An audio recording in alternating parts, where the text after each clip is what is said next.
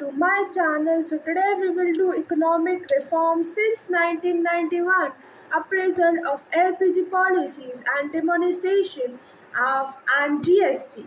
So today we will do appraisal of LPG policies, demonetization and GST. So we will study it, but first we will revise the certain things. We will revise earlier whatever we have studied, then we will start further. So let's do the revision first and then we will move to the topic. Okay, so recap. LPG journey. Liberalization, privatization, globalization. Okay, liberalization, privatization, globalization. Removing government restrictions on entry and growth of private firms. हमने पहले क्या पढ़ा था कि 1991 में हमारे देश में क्राइसिस आ गए थे। क्राइसिस क्यों आए? क्योंकि पावर्टी थी, जो प्राइवेट सेक्टर था वो लॉस मेकिंग में जा रहा था, एक्सपोर्ट इंपोर्ट नहीं हो रहे थे और हम लोग बहुत डेप्ट में थे। पैसे मतलब जो हमने लोन लिया हुआ था वो हम कहाँ खर्च कर रहे थे? वो हम अपनी रोज़मर्रा की ज़िंदगी में खर्च कर रहे थे। उस पैसों से हम इंडस्ट्रीज़ खड़ी कर सकते थे, लोगों को काम दे सकते थे, जिससे लोग काम करें, लोग उससे पैसे कमाएं और अपना घर अच्छे से चलाएं, खाना वाना उनको दे, किनको? अपने बच्चों को दे। ठीक है, अब क्या हुआ तो कौन आया? अब मैंने आपको एक एग्जाम्पल दिया था कि आप सोचो कि आपके बैंक अकाउंट में 0 पैसे, 0। ठीक है, रिलेट टू मतलब ये मैं रियल लाइफ सिचुएशन से आपको रिलेट करवा रही हूँ। ये समझो कि आपके पास, ठीक है, तो इसमें आप ये समझो कि आपके बैंक अकाउंट में है 0 पैसे। ठीक है, और आप बहुत कर्जे में हो, आप बहुत डेप्ट में हो। आपके नेबर्स आपको 10 रुपये तक देने को तैयार नहीं है, क्योंकि उनको क्या पता कि आप वापस उसको करोगे कि वापस नहीं करोगे, तो इसलिए वो भी आप पे भरोसा नहीं करते, वो भी आपको पैसे नहीं दे रहे। तो ऐसी सिचुएशन थी इंडिया 1991 क्राइसिस की। तो अब क्या हुआ? कौन आया? डॉक्टर मनमोहन सिंह आए और उन्होंने IMF मतलब इंटरनेशनल मॉनेटरी फंड से, वर्ल्ड बैंक से उन्होंने $7 बिलियन का क्या लिया? लोन लिया। और उन्होंने लोन किस शर्त पे दिया कि आपको लिबरलाइजेशन, प्राइवेटाइजेशन और ग्लोबलाइजेशन तीनों चीज़ें खोलनी पड़ेगी। इम्पोर्ट एक्सपोर्ट खोलना पड़ेगा, जो बैरियर्स लगाए हैं आपने वो रिड्यूस करने पड़ेंगे और जो इकोनॉमी को खोलना पड़ेगा। ये तीनों चीज़ आपको करनी पड़ेगी, तभी आपको $7 बिलियन का लोन मिलेगा। ठीक है, तो रिमूविंग, और फिर उसमें से वो लाइसेंस भी हटा दिया और आज से 5 इंडस्ट्रीज़ में लाइसेंस है। वो है alcohol, cigarette, industrial explosive, aerospace and equipments और ड्रग्स। 5th है ड्रग्स। ठीक है, तो removing government restrictions on entry and growth of private firms. क्या रिमूव किया? गवर्नमेंट रिस्ट्रिक्शंस को रिमूव किया on entry and growth of private firm. जो ग्रोथ थी और जो एंट्री हो रही है प्राइवेट। ठीक है, इतना समझ में आया?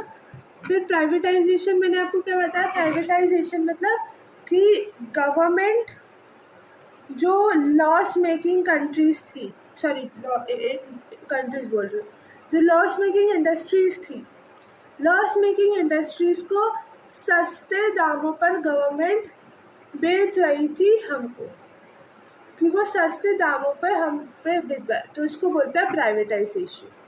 गवर्नमेंट सस्ते दामों पर वो जो इंडस्ट्रीज़ है वो हमें बेच रही थी, जिससे हम प्रॉफिट कमा सके। जैसे गवर्नमेंट ने टाटा को एयर इंडिया बेच दी, तो यह प्राइवेटाइजेशन हुआ। डिसइन्वेस्टमेंट कैसे हुआ? वो कंपनी थी, मान लो कि वो कंपनी 5 करोड़ की थी, तो गवर्नमेंट को उसको बेचना पड़ा 4 करोड़ में, 3.5 करोड़ में, या उसको सस्ते दामों पर गवर्नमेंट को बेचना पड़ा। ये डिसइन्वेस्टमेंट होता है, नुकसान ही हो रहा है ना गवर्नमेंट को, पर वो बेच रही है। तो ये है privatisation, transfer of ownership and management from public to private sector. Public से प्राइवेट सेक्टर पे आप बेच रहे हो, या प्राइवेट, दोनों ऐसे भी हो सकता है, पब्लिक टू प्राइवेट सेक्टर या private sector to public sector, ऐसे भी। तो disinvestment means transfer of ownership, management, ownership पूरा आप उसको ही ओनर बना रहे हो, उस कंट्री, उस कंपनी का, उस इंडस्ट्री का। तो transfer of ownership, management from public to private sector, disinvestment. Globalisation मैंने आपको बताया था, globalisation integrating domestic economy with the world economy via trade and FDI. FDI मतलब आपको पता होगा क्या है। एफडीआई मतलब क्या का फुल फॉर्म आपको पता होगा, foreign direct investment, trade and foreign direct investment. तो जो ग्लोबलाइजेशन है वो क्या है, integrating domestic economy, integrating domestic economy with the world economy with via trade and FDI, foreign direct investment. और हमने ग्लोबलाइजेशन में और हमने ये भी पढ़ा था आउटसोर्सिंग और WTO, गैट भी हमने पढ़ा था। जो गैट आया था 14 आई गेस कितने में आया था, गैट आया था 1948 को, और फिर उसका जो सक्सेसर है WTO, वर्ल्ड ट्रेड ऑर्गेनाइजेशन, वो कब आया था 1995। ये डेट्स याद रखनी है। तो we also covered outsourcing and the role of WTO in rule based international trade. तो हमने ये भी पढ़ा था आउटसोर्सिंग क्या होता है। आउटसोर्सिंग ये होता है कि बाहर की कंट्रीज हमें एम्प्लॉयमेंट दे रही है, हम उनका काम करें और बदले में वो हमें पैसा दे रही है।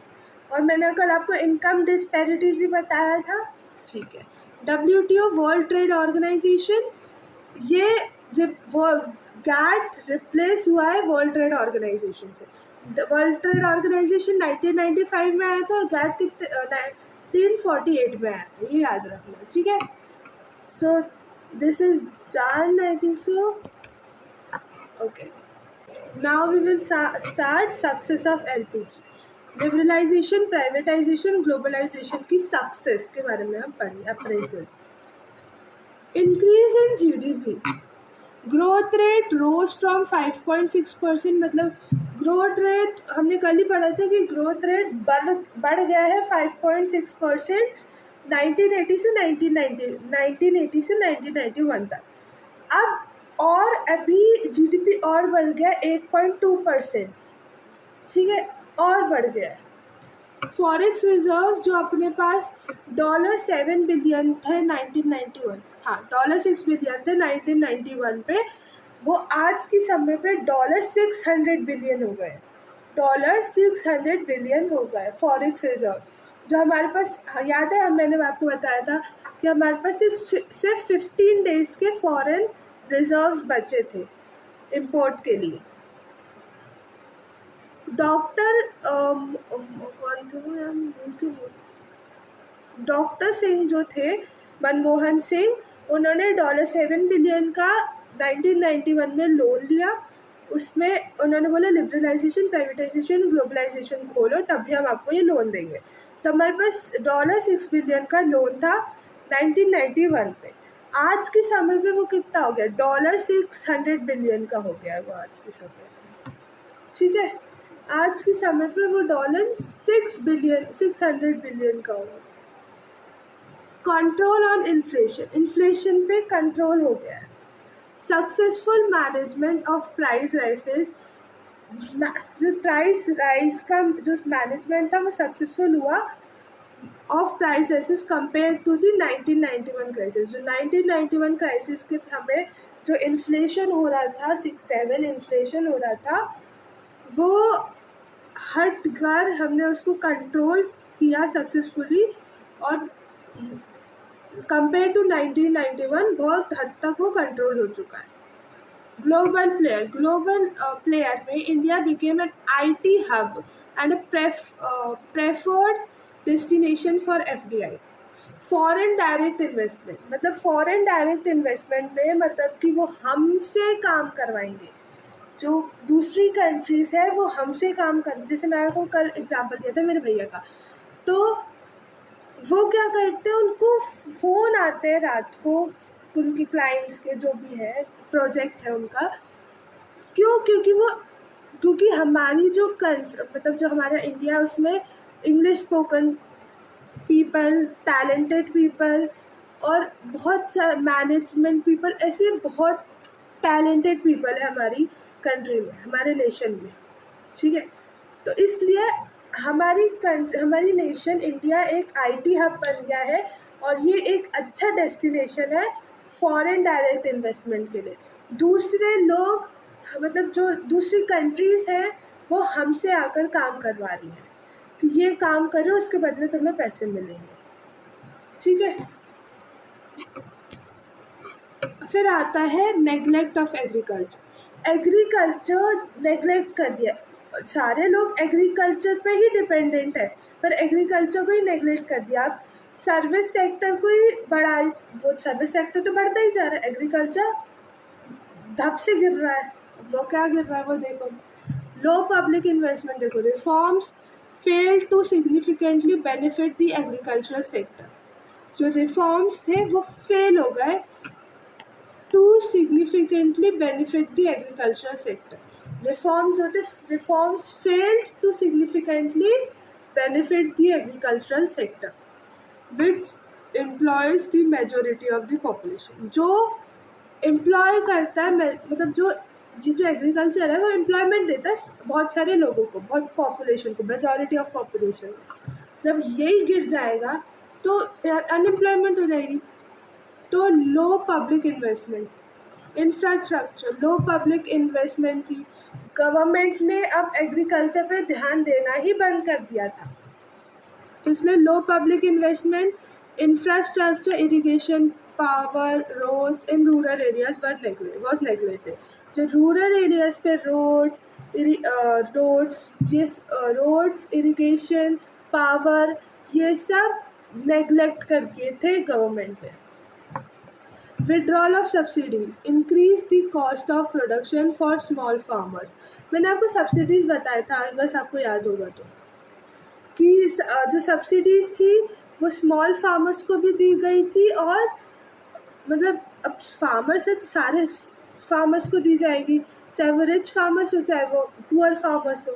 सब्सिडीज़ सब ऑब्वियसली फ्री में मिल रही है, तो फ्री का लाभ क्यों नहीं उठाएंगे आप, तो इसलिए सारे फार्मर्स लाभ उठाएंगे उसका। तो मैंने अब सब्सिडी बताया था, increase the cost of production for small farmers, उसकी जो कॉस्ट है वो स्मॉल फार्मर्स के लिए बढ़ा दी, क्योंकि विड्रॉल कर दिया ना, सब्सिडीज हटा दी। मैंने बताया था ना, कुछ महीनों के लिए, कुछ सालों के लिए ही सब्सिडीज लगी है, नहीं फिर उसके बाद गवर्नमेंट खुद हटा ली, क्योंकि गवर्नमेंट पैसा उसको फ्री में दे रही है, तब गवर्नमेंट के पास भी तो फाइनेंशियल बर्डन है ना, तो इसलिए उन्होंने हटा दिया। तो अब क्या लग रहा है, अब जो स्मॉल फार्मर्स को कॉस्ट हाई लग रहा है, increase the cost of production for small farmers.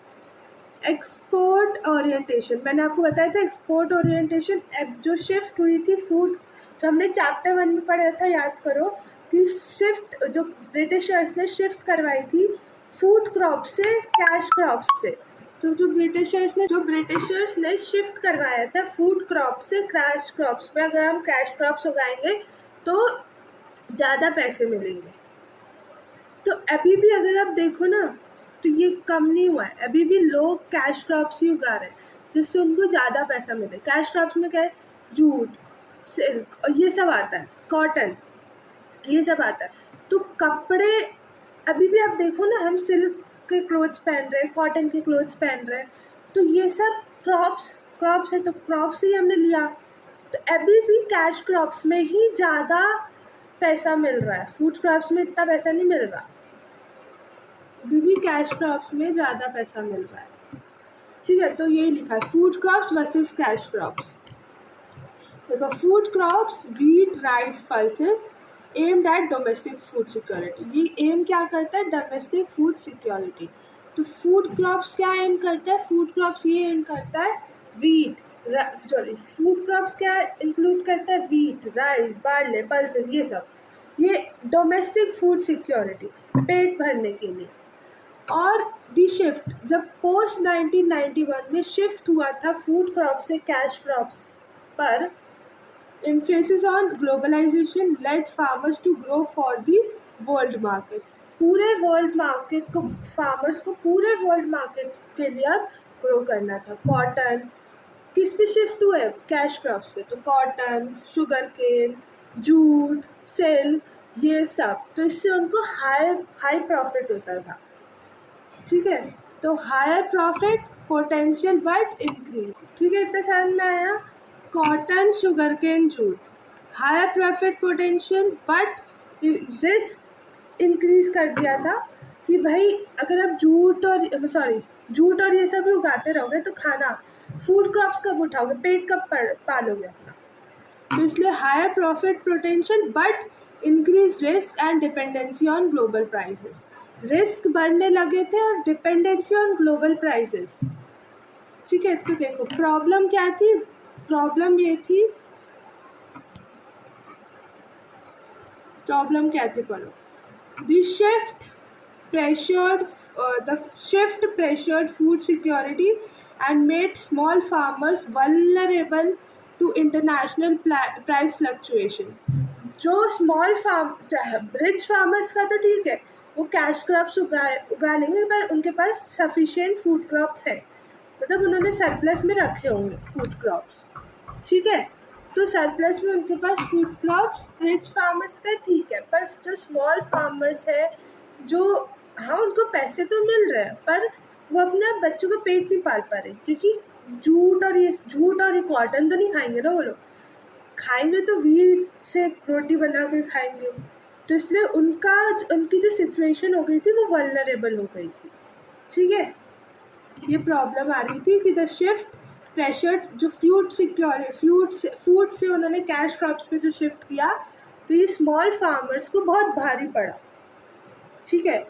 To international price fluctuation, जो इंटरनेशनल प्राइस फ्लक्चुएशन हुआ ना, तो उससे जो गरीब किसान थे उनको बहुत रिस्क हुआ, उनको बहुत, वो क्या बोलते हैं उनको, बहुत वो झेलना। तो industry and jobless growth, industry और जो जॉबलेस ग्रोथ, तो industrial stagnation, growth was uneven, जो ग्रोथ थी वो, तो ग्रोथ वाज अनइवन, और removal of tariffs allowed cheap foreign imports, hurting domestic procedure specially exercise. मतलब कि ग्रोथ जो थी वो अनइवन थी, रिमूवल ऑफ टैरिफ हटा दिए थे, चीप जो फॉरेन इंपोर्ट्स थे उनको आने दिया हमने, और हर्टिंग डोमेस्टिक प्रोसीजर्स को हर्ट किया। क्यों? क्योंकि हमने शिफ्ट कर लिया था ना, फूड क्रॉप्स से हमने किस पे, कैश क्रॉप्स पे शिफ्ट कर दिया था, ठीक है। Jobless growth while GDP grew, it was जो इंडस्ट्रियल स्टैग्नेशन है, सर्विस सेक्टर तो बढ़ ही रहा था, जो सर्विस सेक्टर था वो तो बढ़ ही रहा था, सर्विस सेक्टर तो बढ़ ही रहा था, पर सर्विस सेक्टर बढ़ रहा था, पर जो एग्रीकल्चर था वो गिर रहा था, एग्रीकल्चर जो था वो गिर रहा था, वो स्टैग्नेंट था। तो jobless growth while GDP grew, it was primarily driven by service sector using capital intensive, ठीक है, using capital intensive technology rather than labour intensive manufacturing.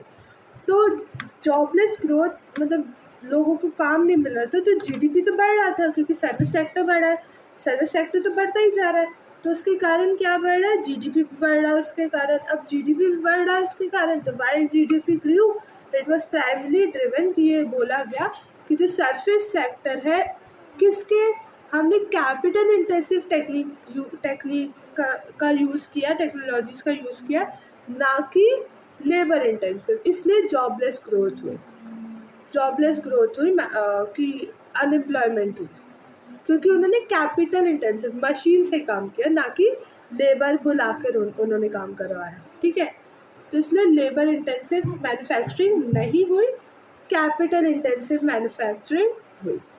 ठीक है, इसलिए अनएम्प्लॉयमेंट बढ़ गई। Disinvestment, target versus reality. देखो, अब अगर मैं आपको डिसइन्वेस्टमेंट के बारे में बताऊं तो parameter status observation, target achievement often failed. ये जो टारगेट अचीवमेंट था वो फेल हो जाता था। इन 1 year target was ₹35,000 crore but achievements was only ₹3,000 crore. Target क्या था? टारगेट था हमारे पास 35,000 करोड़ हमें अचीव करना है इस 1 year में, पर हमने कितना अचीव किया? हमने किया ₹3,000 करोड़ अचीव किया। ठीक है, फिर अंडर वैल्यूएशन कितना किया? Critics argue that public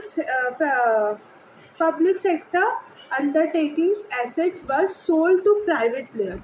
जो पब्लिक सेक्टर अंडरटेकिंग्स थी, वो एसेट्स थे, वो प्राइवेट प्लेयर को सोल्ड कर दिया गया, प्राइवेट प्लेयर को गवर्नमेंट को सोल्ड कर दिया गया, सेल कर दिया गया at prices below market value. जैसे मैंने आपको बताया था ना, डिसइन्वेस्टमेंट हो रहा था कि जो लॉस मेकिंग इंडस्ट्रीज थी उसको सेल कर दिया, मतलब प्राइवेटाइजेशन करना था, उनको सेल कर दिया, किसमें? लो प्राइसेस में। ठीक है, तो लो प्राइसेस में उसको सेल कर दिया, किसमें? लो प्राइसेस में उसे सेल कर दिया, जिससे ये प्राइवेटाइजेशन भी बोलेंगे इसको और डिसइन्वेस्टमेंट भी। ठीक है, uses of proceeds, funds were used to offset the government's fiscal. हाँ ठीक है, तो use of proceeds funds, the funds जो थे are used for offset the government's fiscal deficit rather than reinvesting in social infrastructure.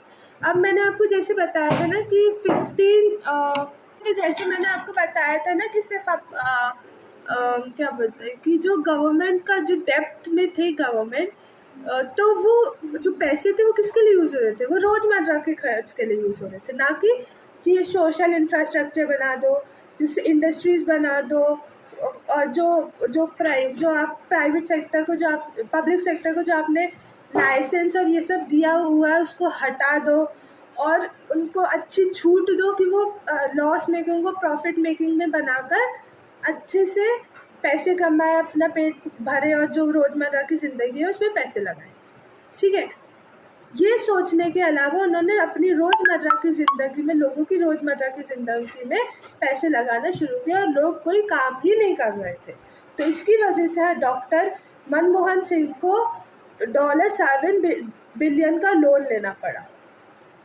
ठीक है, इसलिए लिखा है funds were used to offset the government's fiscal deficit rather than, या तो इसे री इन्वेस्ट करते हैं सोशल इंफ्रास्ट्रक्चर में। अब अगर मैं आपको एक एग्जांपल दूँ, आपके पास, मान लो आपके पास 10 प्रॉपर्टीज़ है। ठीक है, 10 प्रॉपर्टी है। अब आपने उसमें से सोचा कि एक प्रॉपर्टी मैं बेच देता, तो जब मैं एक प्रॉपर्टी बेच दूंगा उससे जो मेरे को पैसे मिलेंगे वो मैं इन्वेस्ट करूँगा कि 1 करोड़ से 2 करोड़, 2 करोड़ से 3 करोड़ कैसे बनेंगे, मैं उसको इन्वेस्ट करूँगी। मैं उसको ये नहीं करूँगी कि भाई मुझे अपने बच्चे की स्कूल की फ़ीस भरनी थी, मुझे यहाँ पे मतलब अपना जो मैंने लोन लेके रखा उसको भरना था, ये करना था, या मुझे खाने में अपनी जो मेरा मतलब राशन खरीदने के लिए मुझे ये 1 करोड़ की ज़रूरत पड़ी, मैं ऐसे तो नहीं करूँगी, मैं उसको इन्वेस्ट करूँगी। गवर्नमेंट ऐसे ही कर रही थी, जो पैसे आए उसको रोज़मर्रा की ज़िंदगी में खर्च कर रही थी, बल्कि उनको खर्च करना चाहिए, इंफ्रास्ट्रक्चर बनाना चाहिए लोगों के लिए, जो शेड्यूल है शेड्यूल भी शेड्यूल सी है उसको हटाना चाहिए, लाइसेंस राज को बिल्कुल हटा देना चाहिए, ये करना था। ठीक है, तो disinvestment was seen as a way to privatise profit making units rather than fixing loss making once.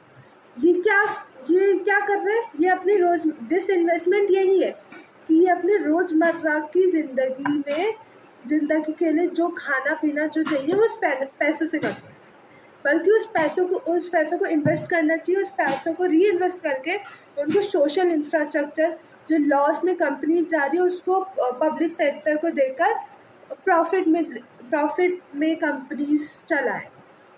ठीक है, लाइसेंस राज हटा देना चाहिए था, पर नहीं किया उन्होंने। Disinvestment was seen as a way to privatise. जो डिसइन्वेस्टमेंट देखा गया वो प्राइवेटाइज प्रॉफिट मेकिंग, जो प्रॉफिट मेकिंग कंपनीज थी ना उनको और, जैसे LIC, उनको और प्रॉफिट बनाया, और उन्होंने फिक्स नहीं किया लॉस मेकिंग वंस को। लॉस मेकिंग वंस को बेच रहे थे और वो भी कम दामों पर। जब वो डॉक्टर मनमोहन सिंह जी ने $7 बिलियन का वो किया, जब उन कंडीशंस रखी तब उन्होंने किया जाकर। ये तो पहले तो वो अपनी रोजमर्रा की जिंदगी में ही से ही वही पैसे दे रहे थे। Other new dimensions, demonetisation and goods and services tax. तो डीमोनेटाइजेशन मतलब 500 और 1000 के नोट्स जो थे वो, ये 100 और 1000 और 500 के नोटबंदी हो गई 1000 और 500 के, तो वो देखते हैं। फिर सर्विस टैक्स पढ़ेंगे, GST, ठीक है। तो देखो डिमोनेटाइजेशन, तो डिमोनेटाइजेशन में अनाउंस्ड ऑन 8 नवंबर 2016। तो ये डिमोनेटाइजेशन कब अनाउंस किया? 8 नवंबर को बोला, 8 नवंबर को डिमोनेटाइजेशन अनाउंस किया, मतलब कि 500 और 1000 के नोट्स बैन कर दिए गए। जैसे आप यहाँ देख सकते हो कि यहाँ पे ये जो 500 रुपीज़ के बैन हो गए और 1000 रुपीज़ के भी बैन हो गए, ठीक है। तो इतना समझ में आया। 100 रुपीज़ के थे वो, 500 के वो भी बैन हो गए और ये 1000 के भी बैन हो गए। तभी ऐसे गोला लगा के मैंने ऐसे क्रॉस किया, ठीक है।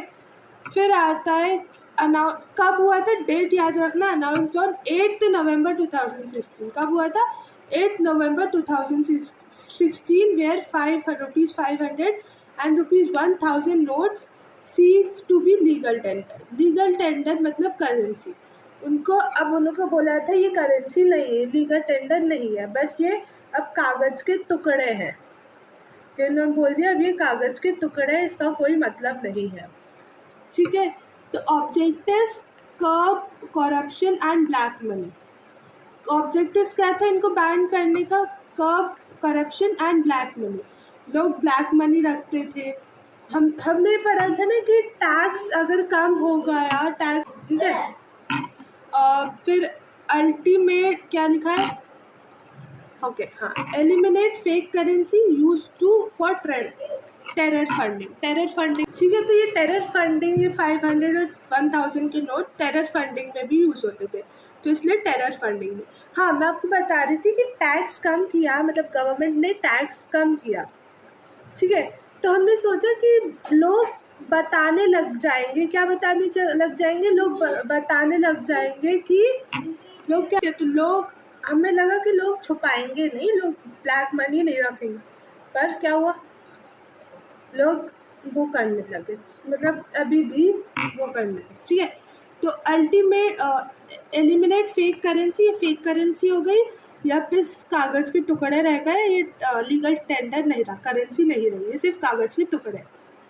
For terror funding, promote a less cash digital economy. अब जो इकोनॉमी थी ना वो डिजिटल हो गई। 2014 में अगर आप देखोगे तो डिजिटल बना दिया था इंडिया को, डिजिटल इंडिया हो गया था। तो 2014 में अगर आप देखोगे तो 2014 में डिजिटल इंडिया कर दिया था और नेट हर जगह फैला दिया था, जिससे लोग, हमें कैसे पता चला, गवर्नमेंट को कैसे पता चला कि नेट सबके पास है? लोग टिकटॉक बनाने लगे, लोग रील्स बनाने लगे, तो इससे पता चला कि नेट अब हर घर में पहुंच चुका है, ठीक है। तब इसलिए 2016 में वो लोग डिजिटल इकोनॉमी लाए, कैश से कोई डील नहीं करेगा, इसलिए आज के समय में UPI आया है। UPI आया जिससे अब बैंक हाथ में रखने का झंझट नहीं, बैंक से बैंक में ही ट्रांसफर करवा दिया, बस। फॉर्मलाइज द इंडियन इकोनॉमी को फॉर्मलाइज कर दिया और बढ़ा दिया, फॉर्मलाइज कर दिया इंडियन इकोनॉमी। इससे चोरी और ये सब होने का खतरा कम होता है, ठीक है। अब GST आपको पता है, GST हमने पढ़ा था, GST कब था? 1 जुलाई 2017। implemented on 1st July 2017, GST is a comprehensive multi-stage destination. जो GST है ना, वो क्या है? GST क्या है? GST क्या है? GST एक कॉम्प्रिहेंसिव मल्टी स्टेज डेस्टिनेशन, मतलब GST जो है, GST जो है वो कॉम्प्रिहेंसिव मल्टी स्टेज है। और डेस्टिनेशन बेस्ड इनडायरेक्ट टैक्स, ये इनडायरेक्ट टैक्स मतलब FII, foreign international tax, international FII foreign international indirect tax है ना। FII का मतलब international investment, foreign international investment. तो GST को क्या बोला? GST को कॉम्प्रिहेंसिव मल्टी स्टेज बोला और destination based indirect tax. Indirect tax मैंने आपको बताया था कि बर्डन शिफ्ट हो जाता है, तो वही है ये। तो की features, replace 17 indirect taxes, replace 17 indirect taxes. जो 17 इनडायरेक्ट टैक्सेस है वो रिप्लेस हो गए, जैसे excise, VAT etcetera. Eliminated the cascading effect, मतलब टैक्स ऑन टैक्स जो कैस्केडिंग इफेक्ट था वो भी एलिमिनेट कर दिया। Uniform tax rates across the country, सब में जो टैक्स रेट्स है वो एक जैसे, मार्केट डिसाइड करिए uniform tax rates across the country.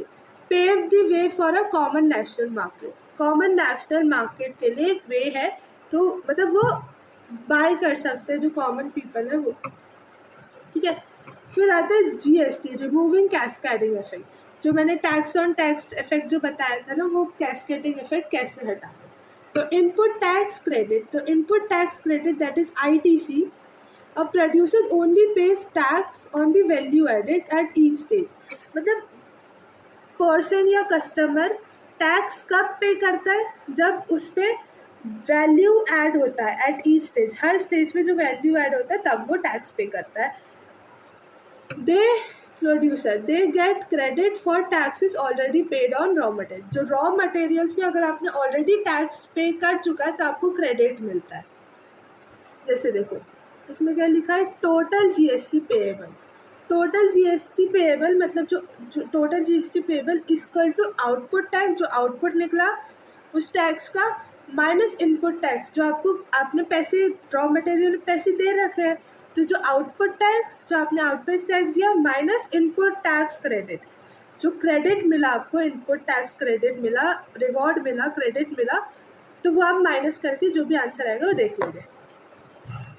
Tax slabs, 0% essential, जो एसेंशियल आइटम्स होते हैं ना जैसे सॉल्ट, ग्रेन्स, इनमें 0% टैक्स में टैक्स स्लैब्स है, 0%, कोई टैक्स नहीं देना सॉल्ट, ग्रेन और ये सब, ये तो क्योंकि बेसिक चीज़ है इसलिए। अब देखो इसमें क्या है, 5%, 12%, 18%। स्टैंडर्ड गुड्स एंड सर्विसेज, जो स्टैंडर्ड गुड्स एंड सर्विसेज है ना, स्टैंडर्ड गुड्स एंड सर्विसेज 18%, 12% और 5% का आपको टैक्स देना पड़ता है। और अगर लग्जरी या डीमेरिट गुड्स है, जैसे लग्जरी कार्स या आप बोल लो तंबाकू और ये सब जो है, उस पर आपको 28% टैक्स देना पड़ेगा, ठीक है। Note, petroleum, alcohol and electricity are currently outside GST, GST के बाहर है। जो पेट्रोलियम, इलेक्ट्रिसिटी और अल्कोहल, ये GST के बाहर है, ये इसका GST से कोई मतलब नहीं है।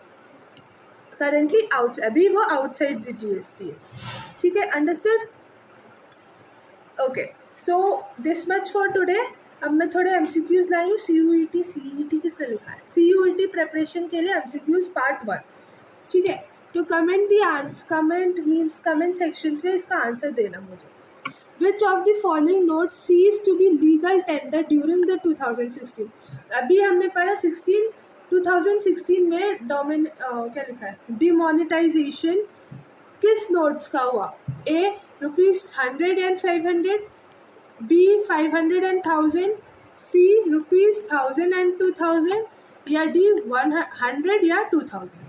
तो इनमें से एक कमेंट करना आंसर, ठीक है। फिर GST is a destination based tax on consumption of. GST क्या है? क्या किसके कंजम्पशन पे आपको टैक्स देना पड़ता है? Goods only, both goods and services, services only luxury items. तो आई थिंक जो आपको इसका आंसर मिल गया होगा, तो just right the answer in the comment section. अभी MCQs part 2, the condition of jobless growth in India. जो जॉबलेस ग्रोथ पीपल थे ना इंडिया में, तो उनकी कंडीशन क्या थी वो बताना है। GDP is falling, employment is rising. GDP is rising, employment is falling. GDP is rising, employment growth is low. Both GDP and employment are stagnant. मतलब still खड़े हुए हैं या low है। Which sector witnessed the highest growth rate after 1991 reform? 1991 reforms के बाद किसने higher growth rate देखी? Agriculture, manufacturing, service sector, public sector. Write the answers in the comment section, please. I want the answers in the comment section. Now, okay, these are the answers. Thank you. Stay connected. Keep learning. This completes our deep dive into chapter 5. We will meet in lecture 7. Conclude this series means chapter 3 will be completed, and we will begin with not microeconomics. It's macroeconomics. What? It's macroeconomics, not microeconomics. We will begin with macroeconomics and we are going on microeconomics. Microeconomics का अपना chapter 2 आधा बचा है. I will complete it. Okay. So we will conclude this session in the lecture 7, and in lecture 7 only I will start macroeconomics. Okay, means basic things. Okay, so bye everyone. पढ़ते रहो, खेलते रहो, और हाँ MCQs के answers comment sections में दे देना, comment section में दे देना। आंसर्स मैंने दिए हुए हैं, आंसर्स देखो, आंसर्स मैं नहीं दिखाऊंगी, सॉरी, आंसर मैंने दिए हुए हैं। आंसर्स आपको नेक्स्ट लेक्चर में मिलेंगे, या अगर आप कमेंट सेक्शन में लिखोगे आंसर्स तो ये आंसर्स है, ठीक है, इसको चेक कर लेना, ये आंसर्स है, ठीक है, ये चेक कर लेना अपने आंसर्स को, या मैं देखकर आपको हार्ट टेक दे दूंगी तो मीन्स आपका आंसर सही है, ठीक है। तो bye guys, bye everyone, love you all, bye bye, love you, bye bye.